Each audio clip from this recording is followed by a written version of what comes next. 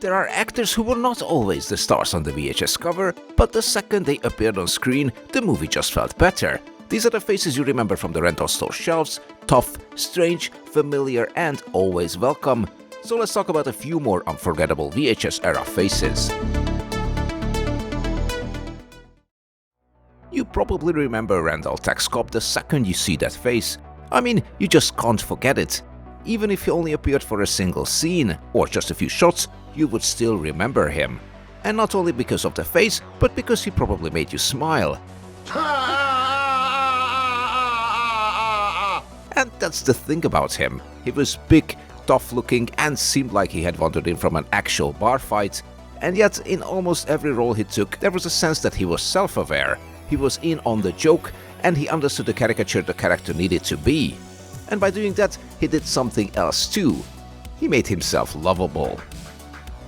Before he became someone we recognize from the screen, Cobb really was a fighter. He was born in Texas in 1950, and before acting he built a career in martial arts, kickboxing, and professional boxing. He was not one of those actors who looked tough because Hollywood styled him that way. He brought all of that with him. He had the face, the frame, the broken nose energy, and that slightly amused grin, like he knew exactly how ridiculous things were about to get. In the VHS era, he became one of those supporting faces who was always welcome on screen. He appeared in a Miami Vice episode, of course, playing a boxing coach, also of course. Bobby, you go back and finish your workout and never apologize for throwing a good punch. He paid his quarter, he took his chances. In Uncommon Valor, he plays Sailor, one of the men joining Gene Hackman's mission to rescue American prisoners of war. And yes, he is rough and tough, but he also adds just enough humor to make him more than just a guy with a mustache and muscles. You don't ever quit, boy. Not when it's for real. He becomes a character we can actually root for. Then there is Raising Arizona, where he becomes one of the Coen brothers' most visually unforgettable characters, Leonard Smalls, the biker bounty hunter who feels like he stepped out of a Looney Tunes cartoon and into the real world. And again, Cobb gets the character. He knows exactly what makes it work, but he also seems to be having so much fun with it. This man enjoyed making fun of being tough, and I just love that. Every shot of him is like a hero shot turned inside out. He looks amazing, stylish, totally badass, but also completely ridiculous in the best possible way. He also pops up in films like Blind Fury and Fletch Lives. How's the chow?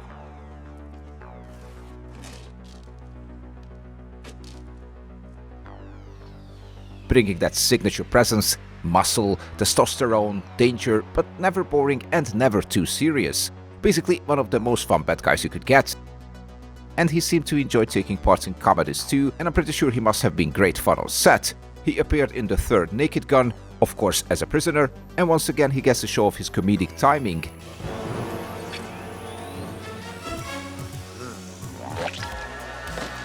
He even pops up briefly in Ace Ventura: Pet Detective, and I just love his face there. The reactions, the eyebrow movements, and the whole thing. What do you want? He knew exactly what he could do, and he leaned into it. Cobb eventually stepped away from acting. His screen career mostly belongs to that late 70s through 90s period, and today he seems to live a much quieter life, far away from the constant Hollywood spotlight. But as a VHS face, he's hard to beat. Memorable, instantly recognizable, and always welcome. And you just knew that what you were looking at wasn't the product of a makeup team, it was a product of a long, hard life, combined with a great attitude. Tim Thomerson is a category of his own. He walks into the frame and immediately brings this very rugged, hard-edged presence, but underneath it there is always something strangely positive and heroic. He feels like the hero who has already caught, fought, trained and outsmarted everyone he needed to, but somehow he still can't retire. He has to keep going because there is always one more bad guy who needs to be taught a lesson, or one more innocent person who needs to be saved. Thomerson was born in Coronado, California and grew up between Hawaii and San Diego. Before acting, his path took a few turns. He served in the Army National Guard, worked around theater as a set builder and prop man. Ladies and gentlemen, welcome the crazy Tim Thomerson. And then moved into stand-up comedy.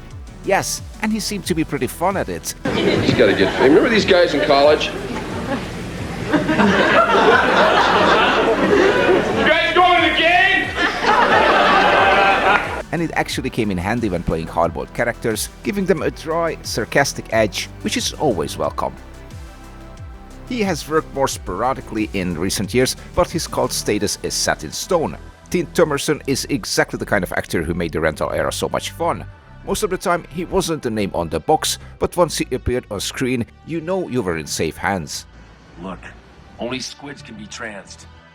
Here he is in one of his early roles on the sci-fi parody series Quark. He's only around 30 here, but he already looks like a man who has seen one or two things and probably has a sarcastic answer ready for all of them.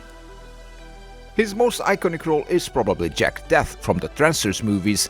You know, Lieutenant, I think I found the old Chinese theater out there. I'm gonna go back in the water before the storm blows. Damn it, Jack. The council needs you. And this franchise, if we can call it that, has always fascinated me. It really shouldn't work. It's undeniably weird. A Philip Marlowe-esque future detective travels back in time to catch a criminal who wants to turn people into zombie-like beings called Trancers. I don't follow. The time travel aspect itself is also pretty unique here. People don't just jump into a machine, they inject themselves with a drug that lets them take over the body of one of their ancestors. That's pretty creative. But at the same time, the whole thing feels strange, cheap, pulpy, and slightly ridiculous. Luckily, it also feels completely self-aware, and somehow it's really fun. It's a Charles Band film, and honestly, that explains a lot. The first few films also features a very young Helen Hunt, long before her major Hollywood years. Thomerson played Jack Death across several films, although it's not always easy to pin down exactly how many versions, episodes, and variations of Trancers are out there. The franchise has sequels, spin-off fish entries, re-edits, and odd little side pieces, which somehow feels perfectly appropriate for Trancers. There's also Trancers: The Whole Deathly Affair from 2025, a newly re-edited master cut of Trancers 4 Checkered Swords and Trancers 5 Sudden Death, combined into one mega movie. Again, that sounds self-aware and fun, but unfortunately I could only find a poster for it. So yeah, I love this series. It's so odd that you can't really take your eyes off it, and before you know it, you realize you're actually having a great time watching it. In Near Dark, he plays Lloyd Colton, the father searching for his son after he gets pulled into this vampire nightmare. It's actually a pretty emotional role, and Thomerson plays it with just the right amount of worry, toughness, and quiet desperation. He makes us believe in the character completely, and it's great stuff. And then there is Dollman, where he plays Brick Bardo, and of course this is where Mr. Peon enters the picture. Brick Bardo is a tiny alien cop in a trench coat, which sounds completely ridiculous on paper, and it is ridiculous, but somehow it works. A big part of that is Thomerson's ability to understand the exact tone and vibe of the thing. He plays it just seriously enough to sell the character, and in many ways he sells the whole film with it. It's even got a sequel, Dollman vs. Demonic Toys, a fun crossover with some surprisingly great looking visuals, especially considering the minimal budget. He also appears in Uncommon Valor as Charles, part of the rescue team, adding to the film's familiar ensemble of tough guys flavor, and he has also been in a ton of other Albert Peon films as well, so I'm sure he has some fun stories. He was in Hong Kong 97, which is full of interesting character actors, Heat Seeker, which is a sci-fi / martial arts kind of flick, and also Nemesis 3. And yeah, the Nemesis franchise is pretty wild in itself. And of course, we can't forget Iron Eagle, another staple franchise of the VHS rental stores. Here he is in his usual mode, shades, dry humor, and that relaxed tough guy attitude. Exactly what you want from him. But he also appeared in a couple of bigger films, not just the low-budget, straight-to-the-back shelf ones. He has a brief supporting role in Volunteers with Tom Hanks and John Candy, and he also appears briefly in Terry Gilliam's Fear and Loathing in Las Vegas. Again, that must have been a great experience, just being on set with that particular bunch already sounds like a story. And as I mentioned, he is still around and still taking the occasional role, but he has slowed down significantly in recent years, and honestly, I just hope he's having a good time and relaxing a bit. He has put enough bad guys in their place for several lifetimes.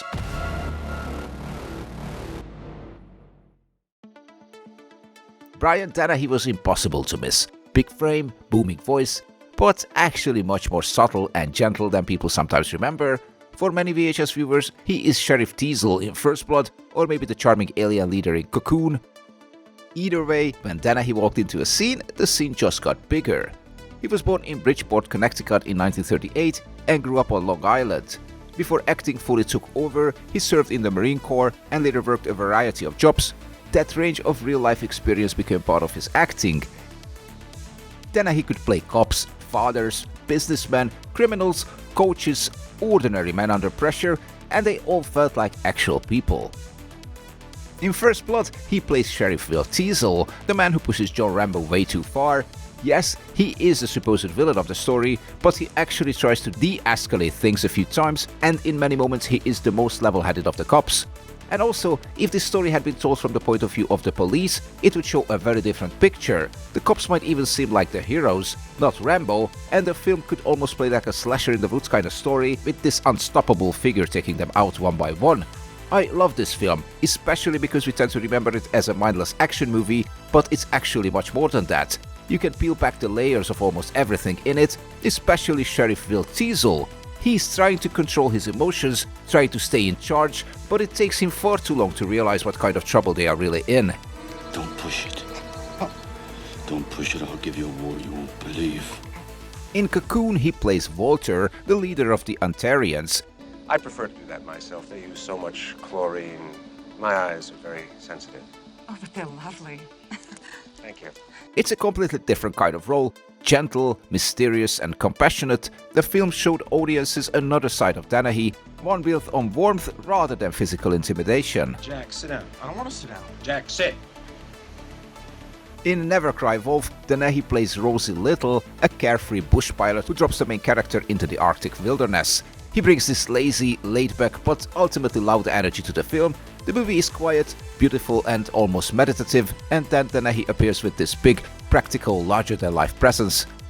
In Gorky Park, he plays Detective William Forsythe, a New York cop investigating the disappearance of his brother in Moscow. Interestingly, the production used Finland and especially Helsinki to stand in for Russia, and honestly, you can barely notice it. The film was a box office disappointment when it was released, but over time it found its audience among mystery thriller fans, and critics have been much kinder to it than the original numbers might suggest. What is it? Jesus, Herbert. In Finders Keepers, Richard Lester's chaotic crime comedy, he is surrounded by misunderstandings, stolen money and a very odd ensemble of characters. It's not one of his most famous films, but it shows his range, and how easily he could find himself inside such a strange little oddball movie and still feel completely at home. In FX, he plays Lieutenant Leo McCarthy, bringing a tough but likable police presence to this very VHS-friendly thriller. In Silverado, he plays Cobb, the corrupt sheriff of the town. It's a classic Western authority figure gone bad, charming on the surface, but dangerous underneath. Dennehy brings just enough friendliness to the role that this bad guy feels layered, morally grey and very human. And that's the thing about Dennehy. Being an authority figure, a cop, a sheriff, an agent, just feels natural for him, like he was actually a cop in real life, and acting in film was just a side hustle next to his 9-to-5 job as a detective. We're gonna show this world a thing or two. We're gonna show.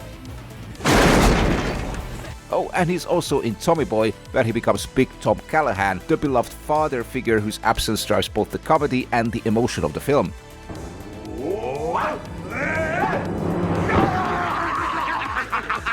Dennehy died in 2020 at the age of 81. By then, he had built a massive career across film, television, and especially theater, where he was hugely respected. He was one of those actors who could carry a movie, support a movie, and even rescue a movie just by being in it. William Forsythe has one of the great tough guy faces of the VHS era. You may remember him from Raising Arizona, Dick Tracy, Out for Justice, or The Rock. He often played criminals, cops, soldiers, and dangerous men, but the real appeal was never just menace. It was the death. You can see that he has already seen a few things in life, and maybe done even more. There is a resilience to him, like he has built a protective wall around himself, and that translates into attitude, smugness, and general roughness, but with this slight boyish quality still underneath it all. Forsythe was born in Brooklyn in 1955 and grew up in Bedford-Stuyvesant. That New York toughness became part of his screen identity, but he was never just a big guy with a rough voice. He always played his characters with more layers, more tension, and more strange little details than you would expect. Come on, come on!